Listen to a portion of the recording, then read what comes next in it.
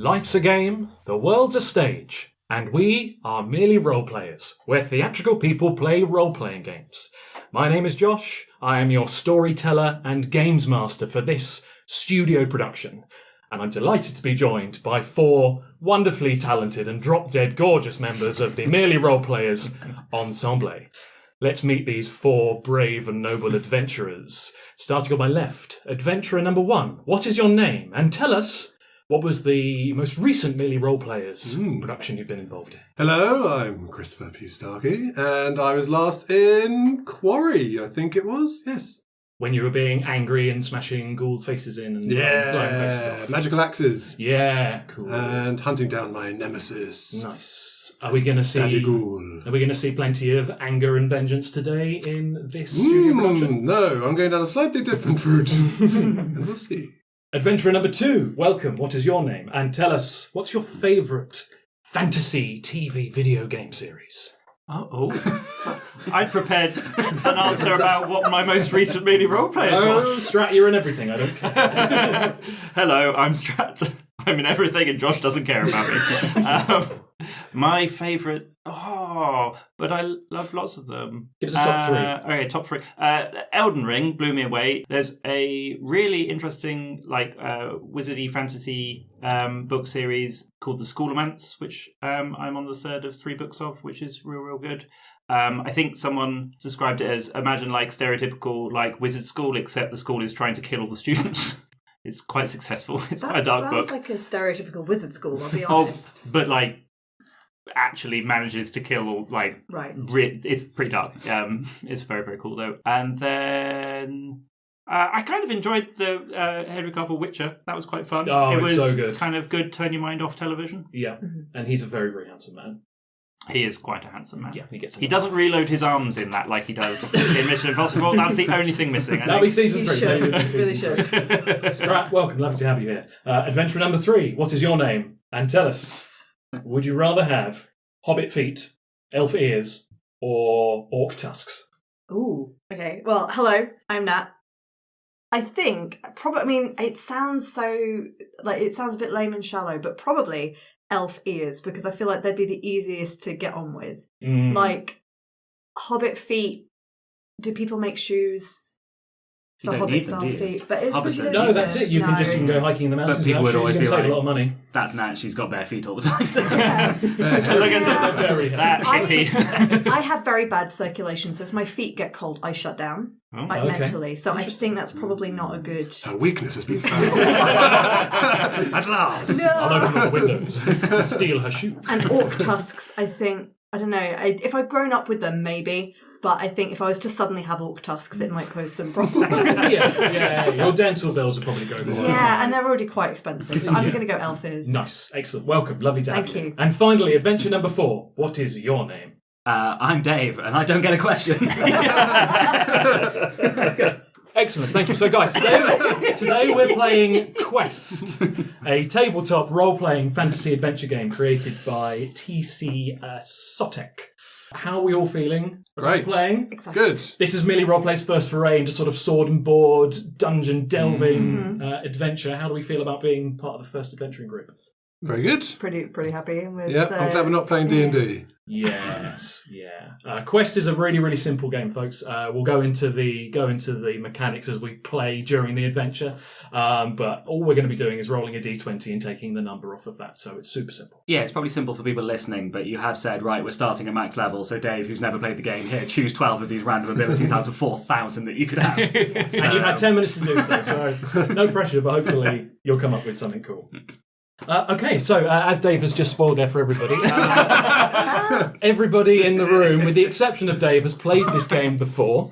Quest is a game about going off on quests. It's about characters in fantasy settings, fighting baddies, helping the weak, striving for some noble purpose. But what we're going to be doing today is doing whatever you guys want. We're going to be sandboxing it. We're going to be showcasing. Because this is only a one-shot, and normally fantasy games do take sessions and sessions. They take a long time. We're just going to showcase as much of the game as we can do, and really you guys are going to show us what you can do. Now, Strat, Starkey, you guys have played before. How do you find the system? Awesome. Yeah, it's Like really it good. a lot. Yeah, really lightweight, really easy to get into. You can do lots of fun, silly, or serious things. Oh yeah, the curve of abilities. It goes from like, these sound familiar to people who've played fantasy games before or the Big Dragon game, but they just get ridiculous. By the time you get to the end of the ability tracks, it's proper world-changing stuff that's just... But it doesn't take... It seems like it wouldn't take you that long to get there, which is good, because... Like D&D, you look at level 20, you're like, my God, that's 5 years of my life I have to dedicate to this damn game. Especially before. if you're playing XP based, then exactly, you're exactly. just going to be grinding away. Yeah. No, this game is nice and open. The abilities are cool. You can get to them within a good amount of time. So generally speaking, you'd start with 6 abilities. But seeing as we're doing a one shot and I want you guys to do cool shit, you're going to get a bonus 6 to bring your total to 12 abilities total. Whoop, whoop. So before we start with the character creation, let me lay out the scenario that we're going to be playing today, because it's going to be a little different. So we're playing within a realm of pretty standard, typical fantasy where there are haunted seas, tall mountains, dragons, trolls, dwarves, all sorts of fantasy folk inhabiting this amazing continent. There are realms of fire and ice. There's the heavens, the hells, the shadow plane, all sorts of exciting adventures that you can go on. However, in addition, in this realm, there is a small grey island, a city-state, named Bureautopia. Good. In which mundane folk live.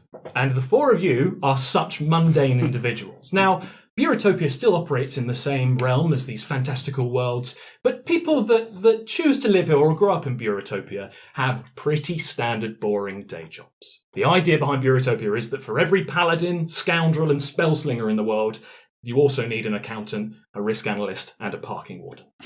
So, you guys are going to be beginning in this very boring, dull world. However, there is a company called Quest Incorporated that offers tailor-made experiences for stag do's, weddings, birthday parties, and work Christmas events. And what they offer is the ability to send mundane folks who are willing to pay a lot of money via a portal off into another realm far away to go and enjoy themselves and complete quests. How does that sound? Amazing. Expensive. Very expensive. Don't worry, you've already paid for it. A down payment has already been received. So. Okay. So the idea behind this is that you guys have... when you guys get teleported and you leave the sort of magic dampening aura of Bureautopia, suddenly you become these heroic individuals. So magic does exist in Bureautopia, but because everybody is so pedantic and dull and in servitude to their workloads, it sort of gets dampened down. Everyone forgets about it. It's kind of like an omission effect, some might say. You sort of forget about the magic. But those of you who are strong fighters, invokers, you just might be a bit buffer than everybody else. You might go to the gym a bit more in Bureautopia. Those of you that are druids and rangers, you might just be a bit better with animals. So that ability is there bubbling inside you. But you're going to need to leave the confines of this very boring place in order to witness what will come. I like it, Joshua. I like it a lot. Thanks very Yes, much. we'll play. Take a seat, guys. Score and grab a pew. I won't grab my shoes. And dear listeners, come with us on this amazing fantasy adventure. So let's begin with character creation. So you guys have got a character sheet in front of you. The character creation in this game is fantastic. How do you guys feel about the way that the character sheets are laid out as opposed to something more mathematical and stats-based? It's all narrative, right? So it's all what people can see about you, what you know about yourself, what your goals and your dreams and your handicaps are. It's all good. No numbers. And Which is even better. they've handled it like you can come up with your own answer to these Mad Lib questions, but they've got suggestions to give you the right idea. So rather than just thinking like, oh, they notice my blue eyes, it's more evocative than that. So it might be, worn scars or the speckled complexion. It just gives you a bit more. Big hobbit feet. That's what I noticed large about hobbit feet. Cool. Dave, first time looking at this character sheet. How are you feeling? Yeah, it's a nice way to... It forces you to do the kind of thinking about yourself as somebody else part as well, which is really clever. Rather than just being like, hey, do what you want, go for it. It's got more structure to it, but it's like gentle structure. So it works well, I think. Indeed. So, character sheets we're going to be filling in as we go along, folks. The first portion of the character sheet reads, Hi. The first person is nice. Hi, my name is blank. There's a space for your name and a place for pronouns if you wish. I am blank years old, and I stand blank feet and inches tall. My name is Neville Flounder. Nice. I am 40 years old, and I stand 5 foot 10 inches tall. Anybody else come up with a name? I'm leaning towards Josh. A strong adventurer's name. Yeah. And I'm going for 19 years old, standing 5 foot 8 inches tall. Okay, I am 6'1" for the record. 5 foot 8 inches tall. Hi, my name is Jerome Picklepants.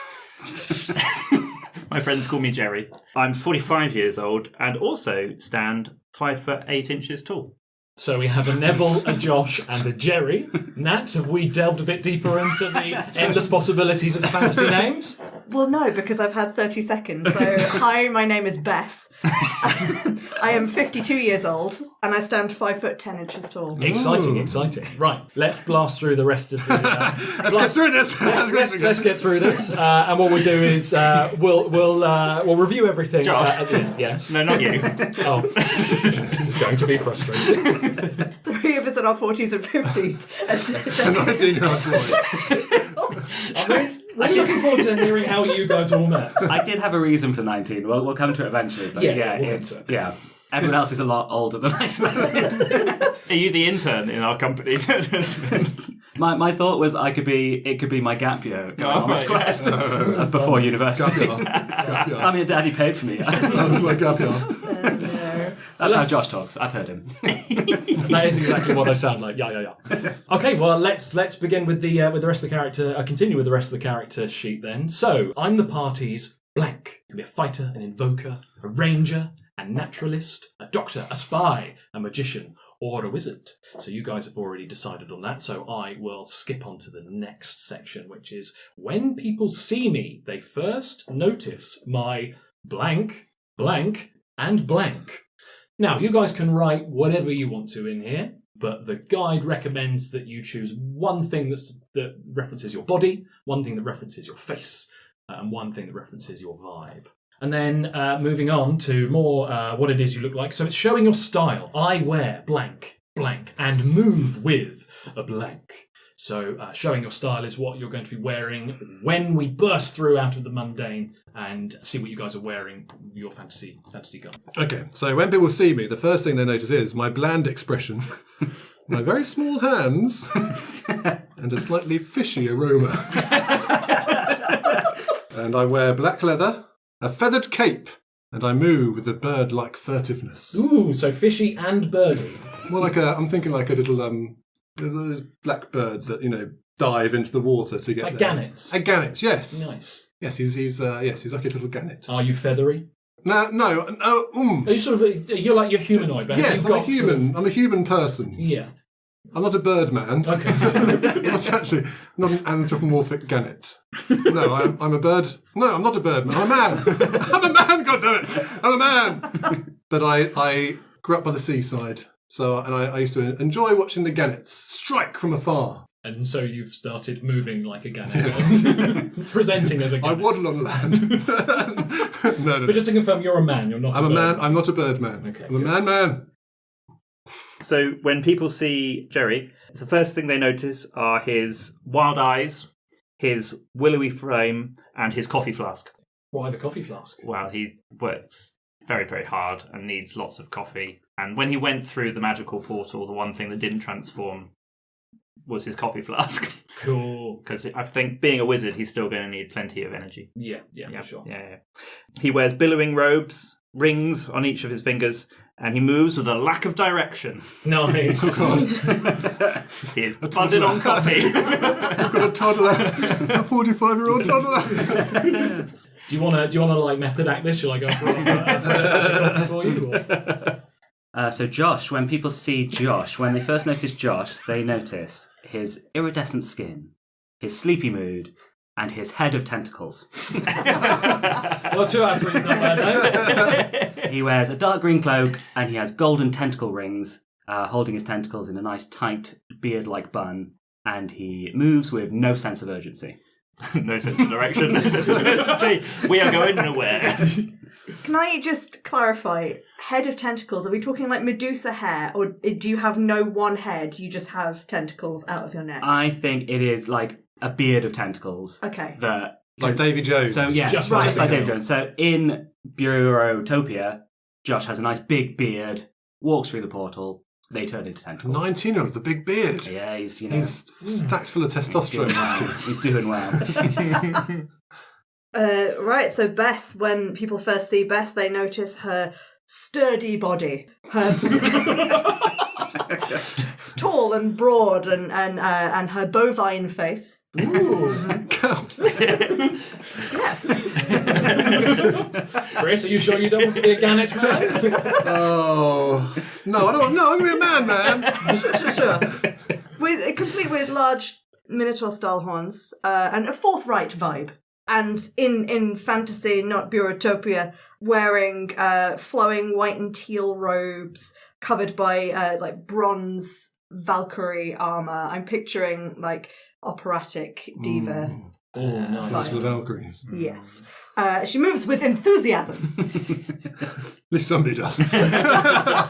So we have a man who walks like a gannet, we have a caffeine-addled wizard, we have a 19-year-old steroid user with a giant beard, and we have a cow. Great. Excellent stuff.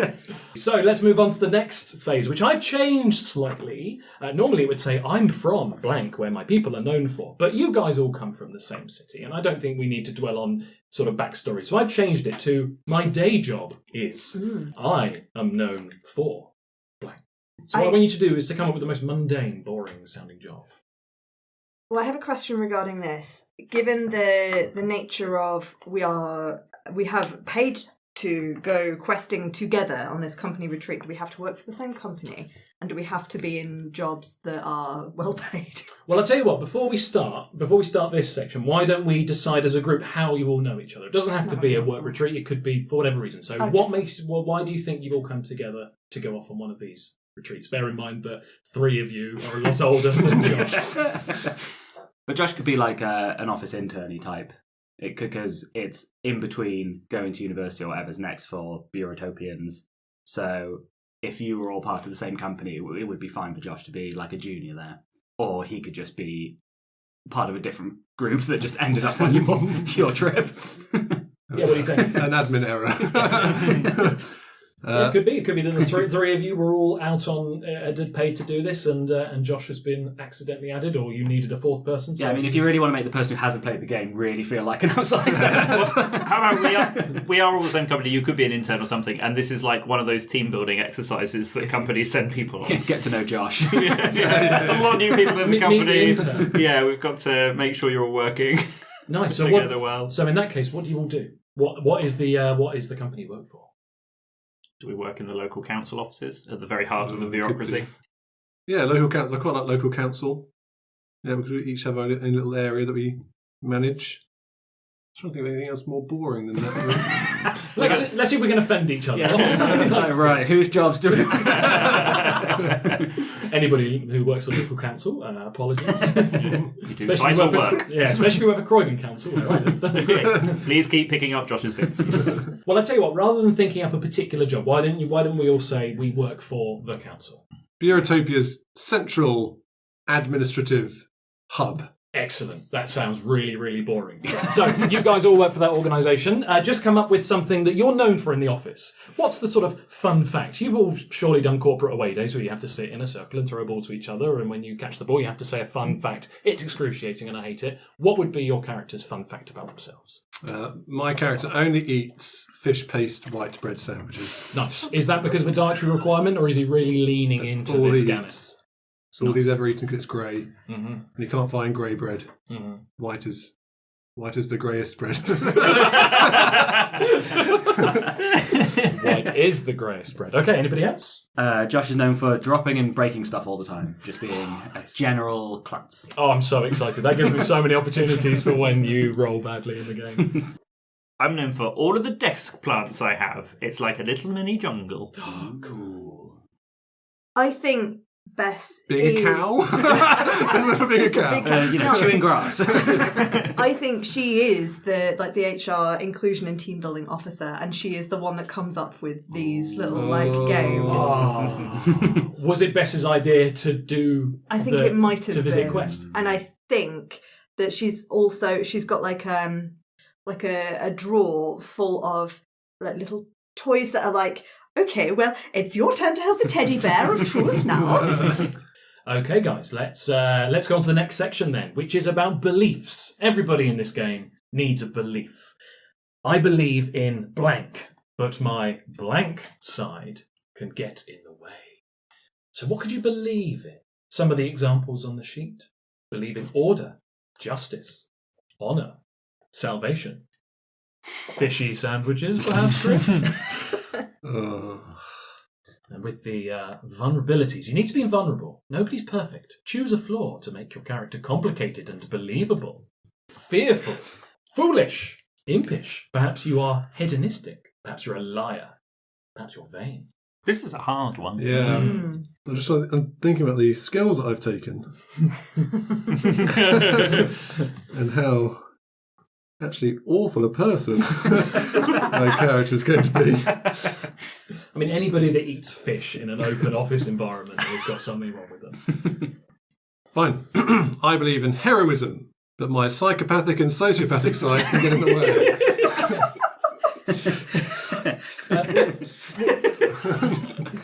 Where do you think the psychopathic and the sociopathic tendencies have come from? Good question. I think he's a born psychopath, but being brought up in Bureautopia is very restrictive, and he sort of had to repress his instincts to lash out at and harm things. So what sort of lashings out is he doing in Bureautopia? I think he tries to undermine people secretly and tries to get a kick out of that sort of thing. But I think it's more that he's always been interested by birds and how indiscriminate they are in the way they tear and rip their prey to pieces. Some birds, come on. The blue tit, for example. Vicious killer. A vicious predator of mealworms. No mealworm is safe when the tit is around. Right, there's the tagline for the season. Bess believes very strongly in justice, but her people-pleasing side gets in the way very often. Interesting. Has she always been a people pleaser? Absolutely, yeah. That's why she moved into HR. Exactly, yes. We make sure everyone's okay all of the time. Is that quite overbearing for the rest of the office, do we think? Definitely. I would think so. Probably. Do we think there's a natural sort of butting of heads between Bess and Neville? With the I imagine so. psychopathic versus people-pleasing side? Yes, I think so. I think Neville hates Bess. Wow. He pretty much hates everybody. He sits there eating his fish sandwiches, wishing to be somewhere else doing something different with his life. That's what he is. And Bess keeps butting her head into his business. Whereas Bess understands his need to eat fish sandwiches, absolutely, and appreciates it, but is just going to suggest every day that he might consider the timing and location of his fish sandwich consumption to perhaps consider other people's needs as well. But, if he doesn't listen, that's okay, that's his prerogative. Takes a big bite of his sandwich. Stares at you blandly. With his tiny little hands. Okay, let's go around to Dave playing Josh. What's the beliefs? So Josh also believes in justice and fairness, but his apathetic side gets in the way. You'd have to do something about it, and can't be bothered. It's too hard. So you're a Gen Zer, can't be honest. Really be in the workplace. Yeah, so liberal, can't be bothered to do anything about it. Yeah. Recycling would be great, but I'd have to separate my recycling. No, just throw it all in one box. Yeah, nice. That kind of thing. Have you been signed up to a lot of Bess's employee action teams? And Yeah, that's a great idea, but I'm not going to do anything to actually help with that. So Oh, young blood, fresh ideas. Exactly, but no. If there was a Bureautopian version of TikTok, you would be on it every going, single I believe in all of this, but... I'll sign a petition. Yeah. Do you want to go and actually protest? No. Dave is a teacher, so you can see how he feels about the younger generation. Jerry believes in pragmatism, but my impulsive side can't get in the way. Very pragmatic. Yes, we should do A, B, or C to achieve D, except when it all gets going, maybe I just want to throw a spell in the middle of everything and see what happens. Is that to do with the excess coffee consumption? Probably, yeah. makes you quite And impulsive. I decided his job in the bureaucracy is that of a data analyst, so he's have to be very focused and all just very much about data and numbers. So every now and again, you've just got to kind of have some sort of outlet of all that energy. How does everybody else in the office deal with a live wire like Jerry? You don't need to deal with Jerry. He's bringing a level of vim and vigour, you know? I love how Nat goes into character even doing character creation. She saw this character in her eye, and that's it. We're not going to get her back. Natalie does not exist anymore. Apparently, Bess. Neville's just imagining ways to kill him. Neville is striking me as the sort of what's it called? The murder hobo approach of everybody's first D&D character. I was thinking more like there's a film from the 1990s which is about an office worker who just has a really bad day. Falling Down. Douglas. Mike Douglas, Falling Down. Yes. It is superb. He's sort of like that. Okay. So he's like office worker, done his job, but he's just one bad day away from, going mad. Yeah. Basically. Is there like an office space thing where you've got a stapler that nobody can touch? And if anybody touches your red stapler, you'll go into Yeah. Nice. Nobody touches my sandwiches. Touch my fish. Cool. Okay, I think we've got 4 very interesting characters to play with today, set in this very bureaucratic and boring world. Let's see now. What is it they dream of when they go to sleep at night? What do they think about? What are their aspirations? And for you guys, what do you hope to achieve in this session? Because usually in this game, you come up with a dream that you will take place and will happen by the end of a 10-session campaign. However, we're only playing a one-shot, so dial it down back a bit. What do we think? What do we think we're going to do? Jerry dreams of discovering a powerful magical artifact. Interesting. What sort of powerful artifact? A powerful magical artifact. What sort of powerful magical artifact? Really cool stuff. Really cool Coffee stuff. mug. A shiny one. Big, one that you can slam on the floor and yell, "You shall not pass." So you're playing the party's wizard. I am. So that kind of means in Bureautopian, magic has been so dampened down that there's a few cantrips that people can perform, but generally speaking, you're all too busy working to even think about magic. Mm-hmm. Where has Jerry found this longing? Is it from a book? Is it from tales? Has he been on an adventure before? He has, amongst all of the plants on his desk, there is like a little flyer from the Quest company that just has the things that you can do, and one of them is discover powerful artifacts, and he's pinned it and just drawn a circle around it and gone, that one, I want to do that one there. Excellent. So he wouldn't know what to do if he found a powerful stuff, but he just wants it. Yeah. He'll work it out once he's got it. Great, that's an excellent and manageable dream. Anybody else? Bess, and I don't think she would have said this out loud to anyone, but she dreams of doing something truly selfish. Ooh. What's Bess's home life like outside of the office? She seems to be the sort of person that's married to the job. Yeah, I don't think she has a partner. I don't think she has children. I think the office workers are her children and her wards. A moment of silence for poor Beth. Yes. Okay. And I think it's microwave meals. She can cook. She learned when she was younger, but just no time for it. Just looking after everyone else. Okay. She's picked the worst people to take. Right, everybody's hoping that Bess really, really succeeds. Okay, slight change of text. Starkey, what have you written down? I want to find an exciting secret that will change Neville's life. Interesting. Okay, has Neville ever felt excitement before? Possibly not, no. I don't think he ever has. He's heard of it before, and he's seen other people look excited, but he doesn't really understand what that means. Mm-hmm. So he wants to feel excitement for the first time. Mm-hmm. Maybe get out of this hellhole he finds himself in. How did you feel when... We haven't established how you found the company and whose sort of idea. We know that Bess has probably organised it, but did Jerry bring in the flyer, do we think, to the office one day and stick it up on the notice board? I think Jerry's probably been emailing Bess on a weekly basis since he discovered the company. Every time it's like, we're having a workout and does anyone have any suggestions this time? Yes, I do. We should go and do this quest thing. I basically just worn them down. Mm-hmm. And when you say email, you mean, of course, message spell via the use of arcane typewriters in this fantasy world, yeah? Yeah. Nice. I think it's been They a just long... call it email. Yes. It's been a long time coming because Bess is very enthusiastic about the idea. Would not want to put, but we have to put a pin in it until we can allocate the proper amount of resources and funding. And I've just got to take it up to management. But I do promise it's on the to-do list. Oh, somebody that works in an office. This is really, really true right now. This is Sunday. Can you dive Cool. Okay. So Starkey. How did Neville feel when he was presented with the idea? I think he was pleased because this could be his way out of having to sit here and listen to these annoying people rabbiting on. All he wants to do is just do his job, go home, eat his sandwiches, and they just keep grinding him down, ask him to do more things, don't get paid overtime, and quest is his way out. Maybe he would never have to come back again. Yeah, you don't have to come back from a quest. You can stay outside if you wish. It's very dangerous, though. Very dangerous. Maybe he will. Maybe he won't. Who knows? We'll find out together.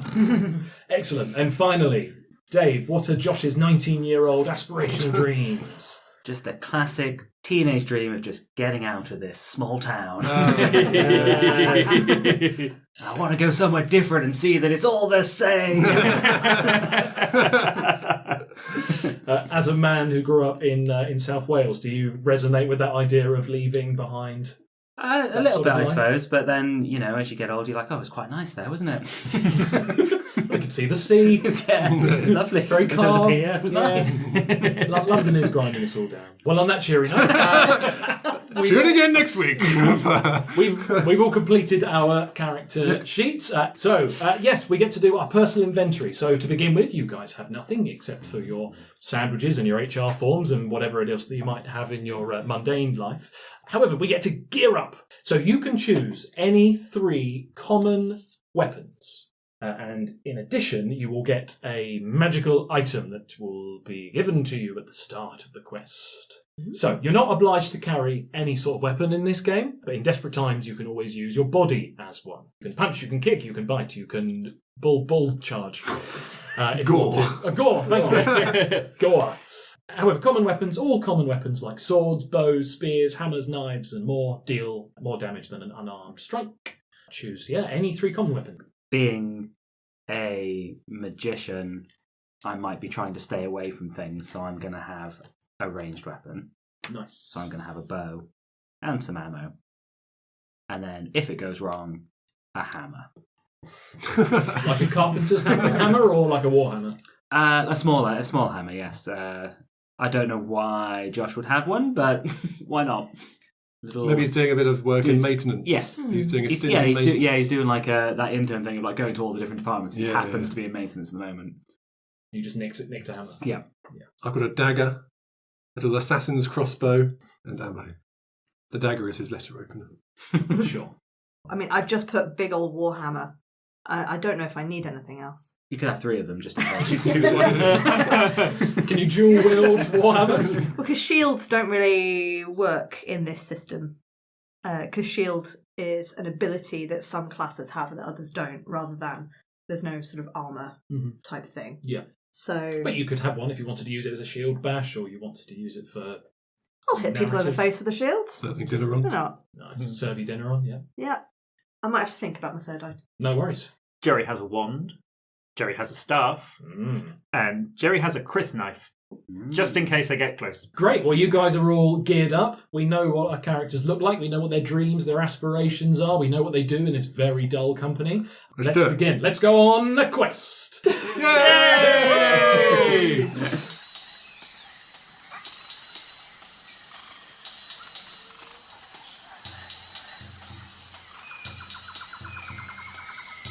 This has been The Office Party, a studio production from Merely Roleplayers, starring Chris Starkey as Neville, Natalie Winter as Bess, Strat as Jerry, and Dave as Josh.